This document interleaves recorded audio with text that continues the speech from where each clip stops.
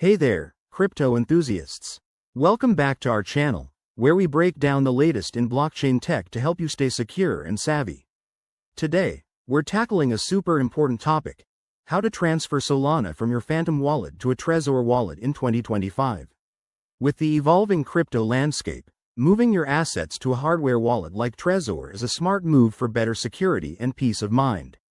This process is straightforward, but always double-check everything to avoid any mishaps. After all, we're dealing with your hard-earned crypto. Before we jump in, make sure you have a few things ready: your Phantom wallet with some Solana in it, your Trezor device properly set up and connected to your computer, and a reliable internet connection. Oh, and remember, this guide is based on 2025 updates, so features might have changed slightly from previous years. Let's get started with the steps. First, open your Phantom wallet. This could be through your browser extension or mobile app, whichever you use. Once you're in, navigate to your Solana holdings. You'll see a list of your assets. Click on Solana to select it. Next, look for the Send or Transfer button. This is usually prominent on the interface.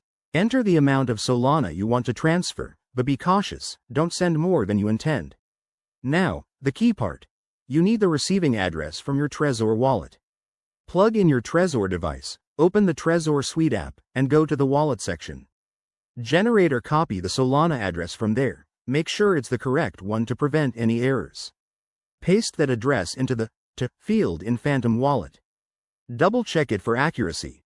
One wrong character could send your Solana to the wrong place, and that's not something you want. Once everything looks good, hit Confirm or Send. You'll likely need to approve the transaction with your Phantom wallet password or biometric auth. After initiating the transfer, keep an eye on the transaction status. It might take a few minutes, depending on network congestion. Head back to your Trezor suite and refresh to see if the Solana has arrived. If all goes well, you're all set. Your assets are now safer in your hardware wallet. That's it for this quick guide.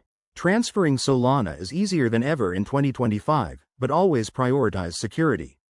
If you found this helpful, give it a thumbs up, subscribe for more crypto tips, and drop your questions in the comments. Stay safe out there, and we'll see you in the next video.